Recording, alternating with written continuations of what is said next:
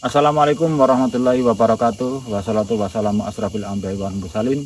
Malam hari ini saya Denmat bersama dengan kru sedang berada di lereng kaki Arjuna.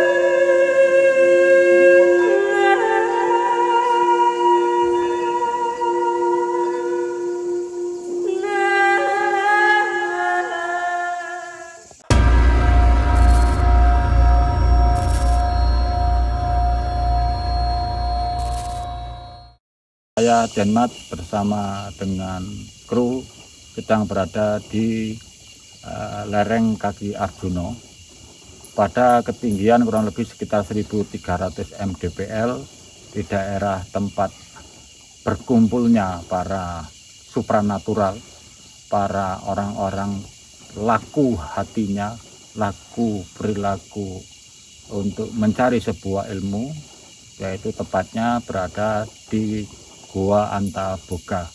Untuk itu jangan kemana-mana sahabat Amal Channel yang selalu bahagia, tetap ikuti video ini, apa yang bisa saya eksplor, apa yang bisa saya sajikan, supaya bisa memberikan sebuah gambaran yang lebih daripada hanya sekedar mengetahui melewati dunia yang lainnya. Untuk itu jangan kemana-mana, stay tune on saya.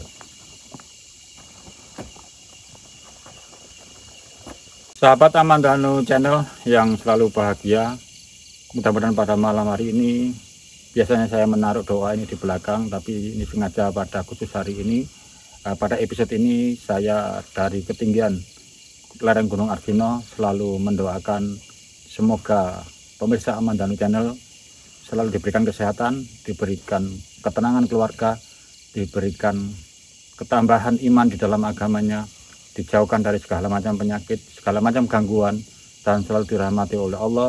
Dan atas syafaat baginda Muhammad Rasulullah, sahabat Amandanu Channel selalu dilebarkan, dimudahkan, diperbanyak rezeki ubudunyanya, duniawinya. Sahabat Amandanu Channel,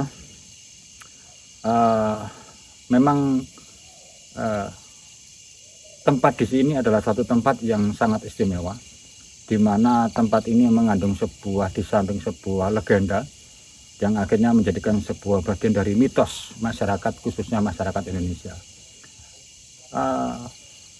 Nama Antaboga adalah merupakan sebuah tempat di mana ada tempat yang sampai sekarang itu masih disakralkan, karena banyak diyakini para pemerhati, para pelaku, para kadang-kadang atau para tokoh-tokoh supranatural, bahwa tempat ini adalah tempat untuk mendapatkan kekuatan, mendapatkan sebuah bentuk karomah, karena di tempat ini ada beberapa tempat yang diyakini bisa menjadikan kekuatan batininya bertambah.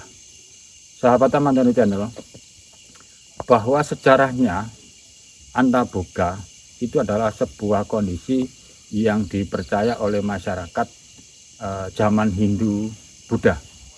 Tapi sebelum saya menceritakan ini, apakah yang disebut dengan Antaboga, bagaimana Antaboga, sebenarnya sebelum ada peristiwa, ada sebuah legenda yang bernama Antaboga, sebenarnya di tanah Jawa ini, khususnya di daerah Blitar, telah ditemukan sebuah bentuk dulu sebelumnya, yaitu di daerah Candi Wentar, yang dikenal dengan nama Nagaraja.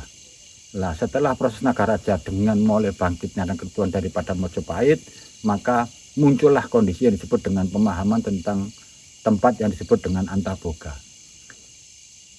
Antaboga adalah sebuah tokoh mitos yang melegenda, bahkan tidak di Indonesia, bahkan di luar negeri pun menjadikan sebuah simbol yang mengandung unsur kekuatan, mengandung unsur mistis, mengandung unsur karoma, yang banyak diyakini oleh masyarakat bahwa mempunyai sebuah kekuatan yang sangat luar biasa. Antaboga adalah sebenarnya dalam sejarah mitosnya adalah perwujudan dari sebuah lambang, ada sebuah energi yang bersumber berada di dalam tanah, yaitu berupa sebuah naga, yaitu naga yang panjang yang mempunyai mahkota di kepalanya. Sedangkan Antaboga yang berada di sini dalam sesuai dengan apa yang saya pahami, sesuai apa yang kami lakukan sebelum kami melakukan mengeksplor kondisi di sini, bahwa sebenarnya Antaboga itu berada di lapisan 7 sub di bawah bumi. Dan kemudian Antaboga itu hidup bersama pasangannya. Antaboga mempunyai pasangan yang akhirnya melahirkan sebuah keturunan yang dikenal oleh masyarakat yang cukup berpengaruh di dalam cerita, di dalam kondisi masyarakat Hindu Buddha sampai sekarang, yaitu yang bernama dengan nama Nagagini. Kemudian ada Nagakike, dan dari 2 putranya yang menonjol ini, untuk Nagagini itu lebih diyakini lebih sreg perwujudannya, pengejawantahannya berada di daerah Bali, sedangkan di tanah Jawa lebih mengenal kepada yang namanya Nagakike. Sahabat Amandanu Channel, dalam riwayatnya, kalau kita melihat dari riwayat sebuah pewayangan ataupun sebuah laku spiritual, bahwa Antaboga karena saking bersihnya, saking mempunyai kekuatan yang luar biasa, dikenal dengan nama Hyang.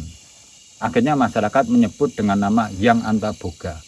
Sedangkan pemahaman dari perkembangan sebuah bahasa, Hyang itu menjadikan sebuah sambutan yang ditokohkan, yang mempunyai kelebihan karismatik. Kalau orang sekarang pada pengejawantahan manusia hidup itu adalah tidak ada menyebut Hyang tetapi menyebut Eyang. Jadi orang nenek atau yang merupakan generasi di atasnya yang lebih dituakan, yang sangat dihormati karena diyakini yang disebut dengan Eyang itu mempunyai karismatik yang dia sendiri yang menyebutnya, cucunya atau generasi di bawahnya memang belum tentu mendapatkan kekuatan mempunyai serupa dengan Eyangnya. Kembali lagi kepada yang namanya Hyang Antaboga, karena posisinya di bawah, kemudian banyak sesuatu pemahaman masyarakat, sehingga sesuatu yang istimewa di bawah tanah itu akan mempunyai sebuah kekuatan yang luar biasa, dan masyarakat di tanah Jawa biasanya sering menggunakan ini dengan namanya khodam. Maka yang disebut dengan khodam ini akhirnya rata-rata yang menjadikan cerminan dari pusaka atau disebut dengan keris di Indonesia, khususnya di tanah Jawa, itu mengambil khodam pasti dari dalam tanah bumi, sehingga si lambang ini menancaplah di dalam sebuah pusaka. Kebanyakan sebuah pusaka itu pasti ada lambang simbol naganya, lambang simbol ular yang luar biasa. Ada yang mengenal dengan namanya naga puspa, naga keke, kemudian naga ginten dan lain sebagainya, sehingga menjadi sebuah lambang yang memunculkan sebuah filsafat, filosofi yang sangat luar biasa. Meskipun penampakannya seperti naga yang mempunyai mahkota, tetapi diyakini masyarakat bahwa untuk mendatangkan, untuk menghadirkan, untuk mewujudkan keberadaannya, maka dibutuhkan sebuah ritual yang sangat luar biasa, di mana ritual ini membutuhkan sebuah ketenangan yang luar biasa. Maka banyak orang posisi seperti ini dicarilah di dalam ketinggian tertentu, di mana dalam ketinggian itu tidak terpengaruh atau terisolasi dari dunia keramaian. Sahabat Amandanu Channel yang bahagia, dengan adanya inilah maka khodam itu akan bisa diwujudkan menjadi sebuah kekuatan energi, kemudian terefleksi masuklah dalam sebuah pusaka. Nah, konon cerita dan keyakinan beberapa masyarakat tadi yang saya jumpai, bahwa ada keyakinan beberapa orang pelaku spiritual bahwa yang namanya Antaboga, naga Antaboga atau Hyang naga Antaboga ini adalah merupakan patok atau penyangga dari bumi tanah Jawa. Atau ada yang mengatakan bahwa Indonesia itu dijaga oleh yang namanya Hyang Antaboga, sehingga refleksi daripada Hyang Antaboga bukan berasal dari langit tetapi bersemayam berada di dalam bumi pertiwi Indonesia. Untuk itu sahabat-sahabat semua, di belakang saya ini ada sebuah refleksi pembentukan pengejawantahan, apakah bisa terwujud, apakah yang namanya yang Antaboga itu benar-benar sesuai dengan apa yang menjadi bayangan masyarakat, maka di belakang saya ini, mari ikuti saya sahabat-sahabat semua.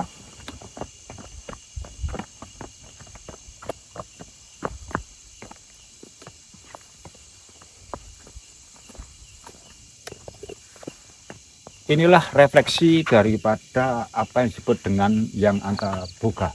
Tadi saya jelaskan bahwa berkepala dan bermahkota. Kemudian ada dua. Nah, ada sebuah kekuatan yang menjadi kekuatan dua benda yang atau dua makhluk yang jejer, itu ada sebuah kekuatan di tengahnya, yaitu sebuah liniernya, sebuah kekuatan yang akhirnya banyak orang memahami. Maka ada yang namanya ini disebut dengan Trisula. Trisula itu adalah simbol keyakinan kekuatan yang sangat abadi.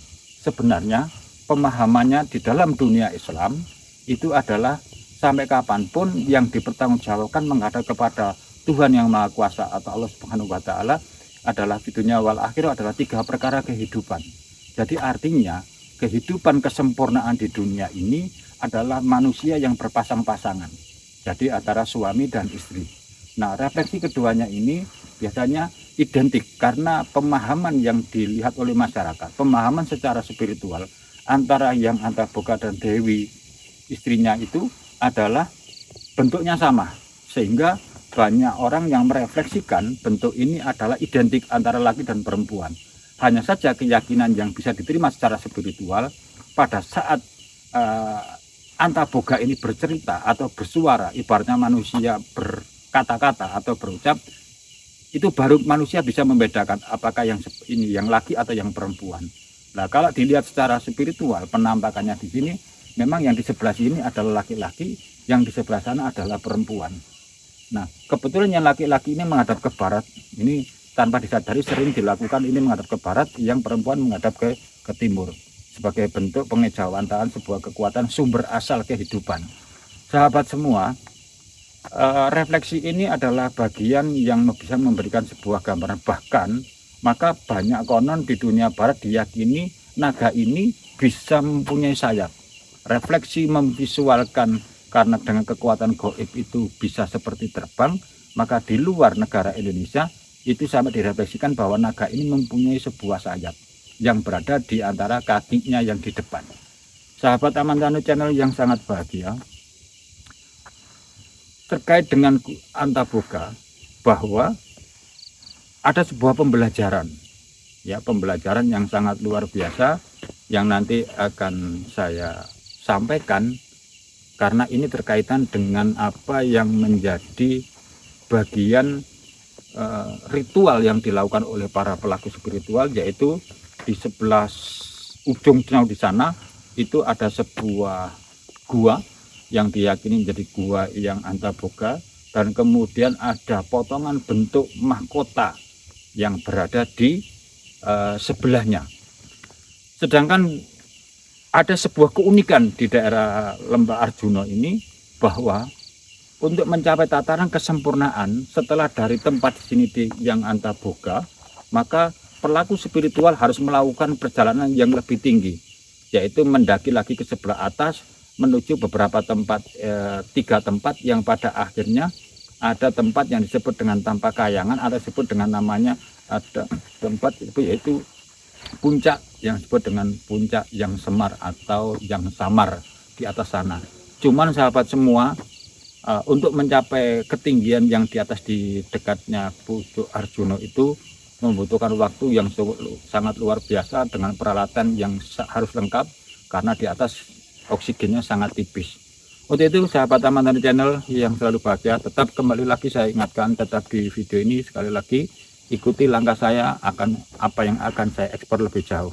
Untuk itu tetap ikuti langkah saya, jangan kemana-mana. Sahabat Aman Tanu Channel, di belakang saya ada sebuah gua yang disebut dengan Gua Antaboga.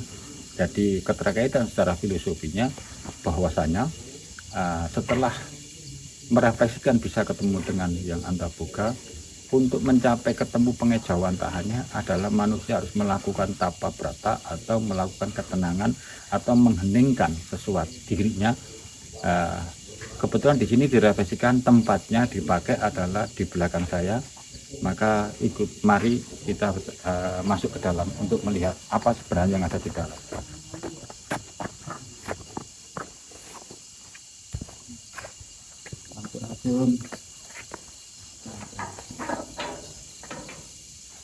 Sahabat Aman Danu Channel, tadi sudah saya sedikit jelaskan bahwa untuk bertemu dengan yang Anda buka dalam kata falsafah keyakinan spiritual, setelah ingin menemukan ini maka wajib manusia untuk menenangkan diri. Nah, refleksi menenangkan diri ini disebut dengan namanya goa.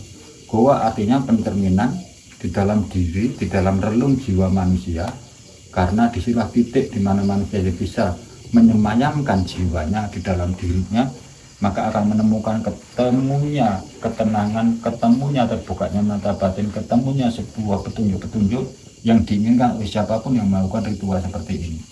Sahabat Aman Danu Channel yang dirahmati Allah, terkait dengan hal tadi yang saya ceritakan, bahwasanya setelah manusia masuk ke dalam gua ini, maka posisi dengan keberadaan filosofi penyadari yang Anda buka tadi yang berada di 7 sab di bawah bumi, itu adalah bagian bagaimana manusia mampu menembus relungnya di dalam sab sampai ke 7. Artinya merefleksikan dirinya masuk ke dalam dirinya pada sab level 1, ke dalam lagi 2, ketiga, 4, 5, 6 sampai ke angka ke titik yang 7 atau tingkat yang ke-7. Maka kesempurnaan di angka 7 inilah posisi level di angka 7, posisi kondisi di fase ke-7 ini yang bisa mampu memberikan sebuah gambaran. Manusia siapapun yang berada pada posisi itu, dengan ketenangannya, dengan keyakinan, dengan ikhlasnya, dengan pemahaman bahwa menghadap kepada Yang Maha Kuasa, maka manusia akan menemukan sebuah petunjuk sesuai dengan apa yang diinginkan. Entah itu petunjuk tentang sebuah keilmuan, entah petunjuk tentang sebuah karma, entah sebuah petunjuk yang lain-lainnya. Sahabat Aman Danu Channel yang dirahmati Allah, memang di tempat inilah ada sesuatu yang sangat luar biasa yang saya rasakan. Sahabat semua tadi mendengarkan sebuah kondisi berbunyi yang cukup meletak, artinya seperti benda yang sengaja, batu yang dilemparkan. Itu dari sisi magis yang ada di tempat ini. Tetapi dalam pandangan spiritual saya, memang ada sesuatu yang ada di dalam. Kalau saya melihat, mungkin teman-teman kalau melihat secara kasat mata bahwa dalam adalah gelap, tetapi kalau dari pandangan batinnya, siapapun yang melihat video ini, maka di dalamnya ini ada sebuah lorong tempat yang bercahaya putih setengah agak kabut, dimana ini sangat dalam sekali.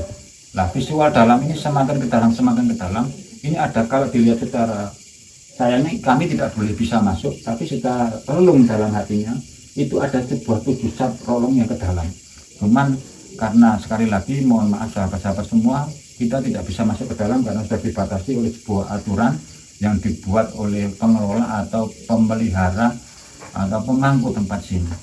Sahabat Aman Danu Channel, maka keterkaitannya lagi bahwa setiap manusia yang ingin melakukan proses meditasi, ingin melakukan sebuah proses ketenangan, ingin melakukan menggugah dirinya, ingin mengenali dirinya, ingin mendapatkan sesuatu yang tidak sama dengan manusia, bahkan orang-orang indigo pun sesungguhnya untuk menyampai pada tingkat kesempurnaan penglihatan batiniannya, memang diperlukan tempat-tempat seperti ini untuk menenangkan dengan pemahaman yang sudah saya jelaskan tadi.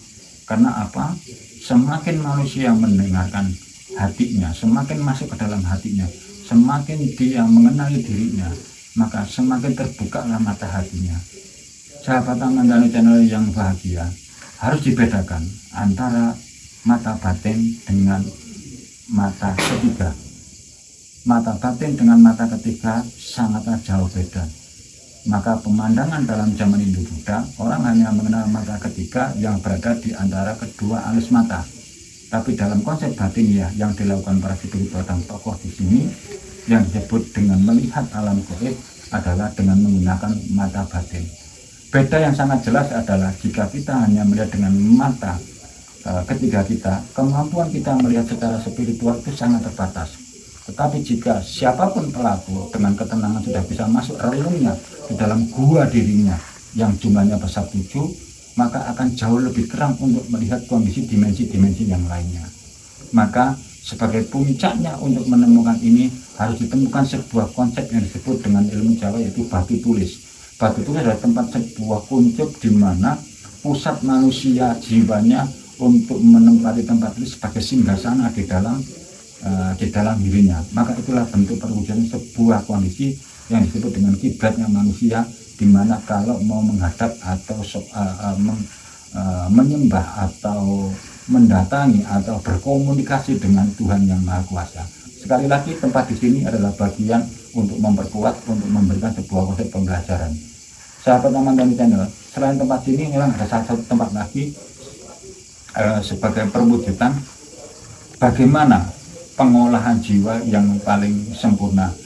Sekali lagi sahabat semua, dari dua cerita tadi ini puncaknya ada di satu tempat lagi. Setelah dari tempat sini, maka ikuti saya lagi, ada satu tempat yang merupakan pusat bagaimana manusia akan dengan mudah untuk mampu membuka mata hatinya, membuka mata batinnya dengan sangat ringan. Untuk itu tetap sekali lagi ikuti langkah saya.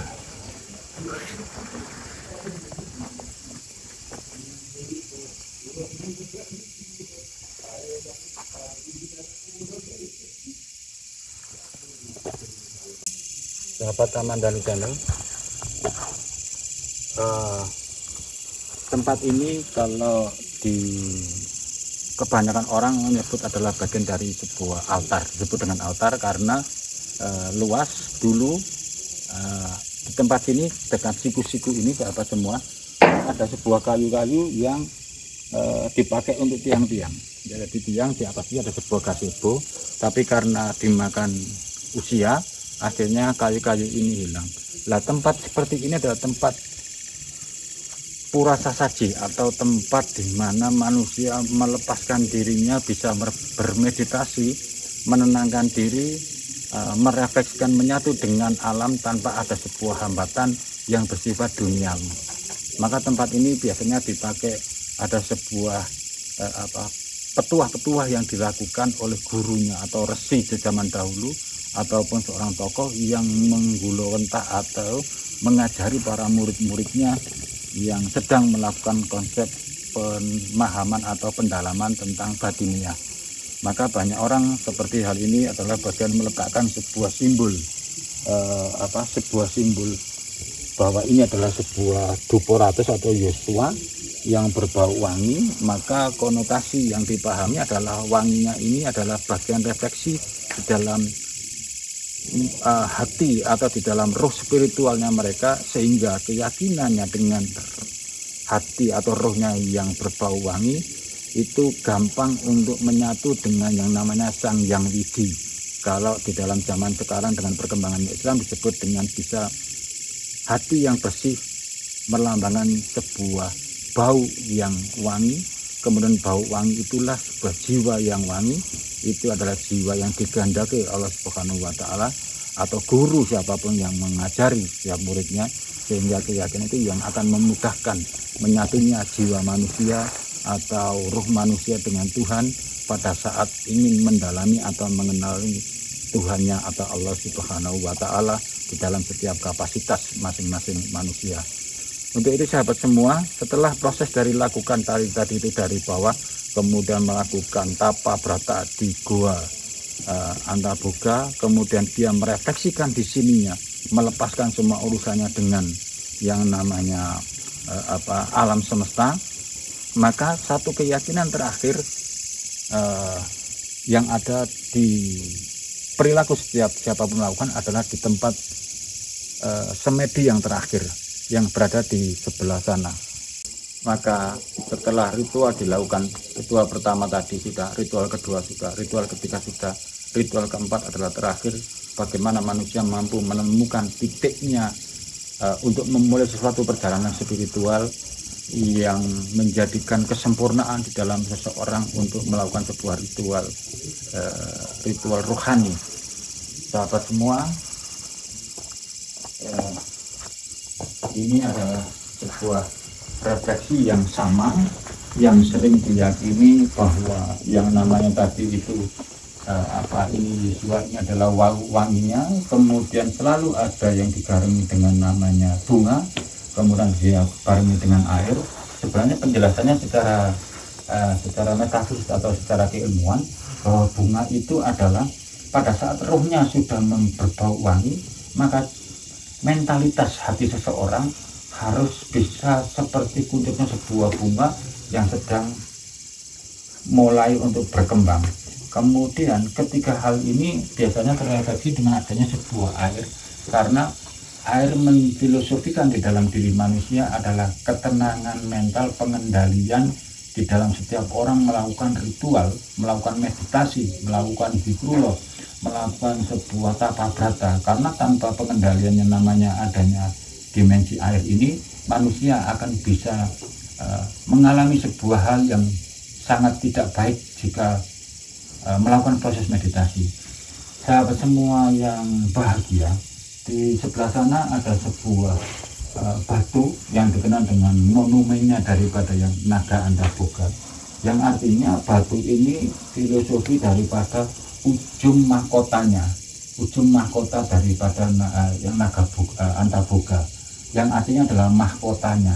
Nah, dengan mahkota inilah simbol terakhir, maka secara alam terbentuklah batu seperti ini yang hampir mirip-mirip dengan yang namanya mahkota.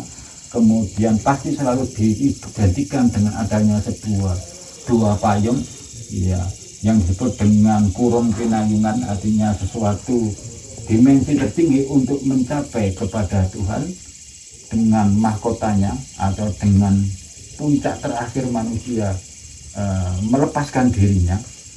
Maka ada dua hal sebagai penyeimbang di dalam dirinya, adalah teduhnya sebuah keyakinan adalah dua buah payung, ada yang 3, ada yang 4. Tapi kalau yang 2 ini menggambarkan bahwa pada saat manusia ingin melepaskan dirinya, maka dua hal ini harus sebagai menjadi pegangan. Dua hal ini pegangan adalah sesuatu yang melekat di dalam tangannya kiri kanan, yang merupakan bagian dari amal yang dilakukan. Yang satunya adalah amal di mana dia berperilaku. Artinya yang satu amal berperilaku secara zahir, yang satunya amal berupa amalan yang menjadi wiridnya atau menjadi doa yang sedang dibacakan, yang menjadi keyakinan, yang menjadi pegangan orang tersebut. Nah, sahabat Aman dan Channel, ada sesuatu hal yang ingin saya sampaikan. Maka melewati siapapun yang melewati melihat video ini, melihat apa yang saya ekspor, maka satu kesimpulan yang dari bawah adanya yang disebut dengan tadi yang 1, kemudian kedua, ketiga, keempat, maka ada satu rahasia tips yang mudah-mudahan bermanfaat bagi siapapun yang melihat ini, yaitu jika Anda semua, panjenengan semua ingin mempercepat diri untuk bisa melihat hal-hal yang bersifat gaib atau hal-hal dalam dimensi lain, maka cobalah ikuti apa yang saya sarankan. Yaitu yang pertama adalah bagaimana Anda mempunyai keyakinan di mana Anda duduk, kemudian mengambil sebuah kekuatan alam semesta. Dalam pemahaman alam semesta adalah kekuatan yang hidup, kemudian keyakinan Tuhan hidup, kemudian Anda lakukan untuk menjadikan diri Anda berada pada sebuah gua dalam diri Anda. Cara masuk dalam sebuah gua adalah sebuah sab. Seperti penjelasannya, Antaboga memberikan sebuah filosofi bahwa ada 7 sab yang berada di dalam bumi. Maka manusia, tekanlah diri Anda. Sab pertama pasti Anda banyak gangguan, kemudian tekan lagi sab kedua, tekan lagi sab ketiga, sab keempat. Maka setelah refleksi dari sab keempat inilah manusia akan bisa mampu melihat sab-sab yang akan berikutnya sampai pada sab ketujuh. Setelah sab ketujuh adanya sebuah kesempurnaan. Maka setelah Anda mencapai pada kondisi ini, refleksikan total, jangan ada keterkaitan sedikit pun dengan duniawi. Seperti apa sampai tempat puja sera tadi, yaitu yang terlepas dengan alam semesta. Maka siapapun manusia yang sudah mampu mengendalikan 4 nafsunya, nafsu itu berada di 4 sab. Sab pertama ini nafsu pertama, sab kedua ada nafsu kedua, sab ketiga ada nafsu ketiga, sab keempat adalah nafsu keempat. Setelah semua panjenengan mampu mengendalikan ini, jangan dilawan, ikuti saja terus. Anda masuk ke dalam diri Anda. Semakin Anda masuk ke dalam, maka pada perasaan yang sudah nyaman, disitulah sesungguhnya Anda berada di alam yang disebut dengan alam pelepasan, atau disebut dengan kondisi terbuka, atau puja sera, atau pemujaan yang lepas. Setelah Anda berada lepas dari situ, maka satu kuncinya siapapun yang melakukan perjalanan spiritual, carilah sebuah titik yang menjadi pijakan pegangan Anda di dalam hati Anda. Misalkan kita sudah melakukan refleksi ketenangan dengan memejamkan mata, kemudian turun ke bawah, galilah. Jangan pernah merefleksikan diri Anda memikirkan keluar. Jangan pernah terganggu dengan bunyi apapun dari luar. Jangan memikirkan apa yang Anda miliki di luar, tapi lepaslah semuanya. Kemudian Anda masuklah ke dalam relung hati Anda. Kemudian ikuti tadi 1 sampai selesai sampai 7. Maka pada satu titik tertentu di bawah, yang bagian filosofinya pengejawantan dari sebuah mahkota ini, atau yang disebut dengan titik tadi, maka Anda akan menemukan kesempurnaan, kemudahan, dan mulailah disitulah Anda akan mengerti bahwa diri Anda, mata batin Anda sudah terbuka. Dan begitu mata batin Anda terbuka, maka sesungguhnya Anda juga akan mengerti apa bedanya mata batin dengan yang namanya mata ketiga. Sahabat Aman dan Channel yang sangat bahagia, itulah sedikit hal-hal yang bisa saya sampaikan, hal-hal yang terrefleksi di puncak Antaboga yang berada di lereng Arjuna. Untuk itu sahabat Aman dan Channel, semoga apa yang saya sampaikan memberikan sebuah gambaran, memberikan sebuah pemahaman di mana ada sebuah pembedaan antara mata ketiga dengan mata batin. Kenapa saya sampaikan? Supaya sahabat Aman dan Channel yang melihat video ini tidak salah di dalam belajar ataupun mendalami dunia spiritual.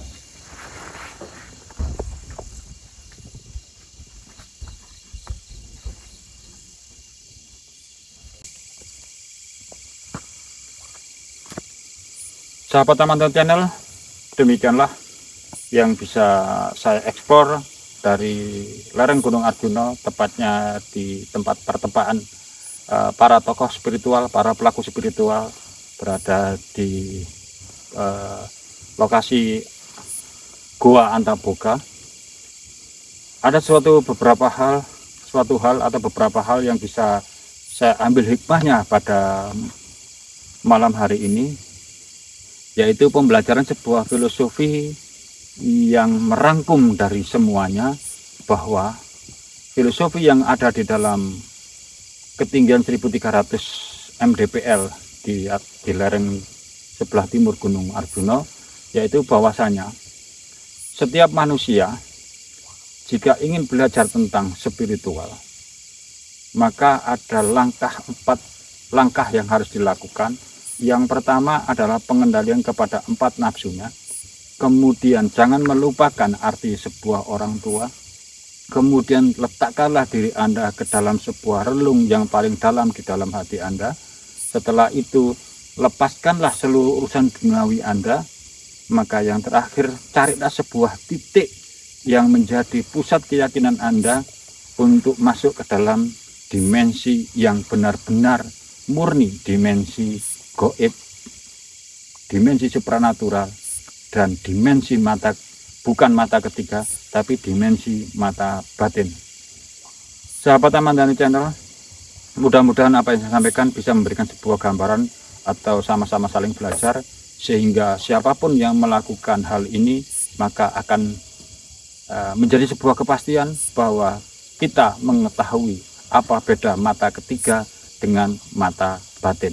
Kalau mata ketiga itu masih mampu dilakukan dengan proses nafas, bahasanya adalah mendobrak, mendifrak, atau menjebol di antara kedua mata di sini.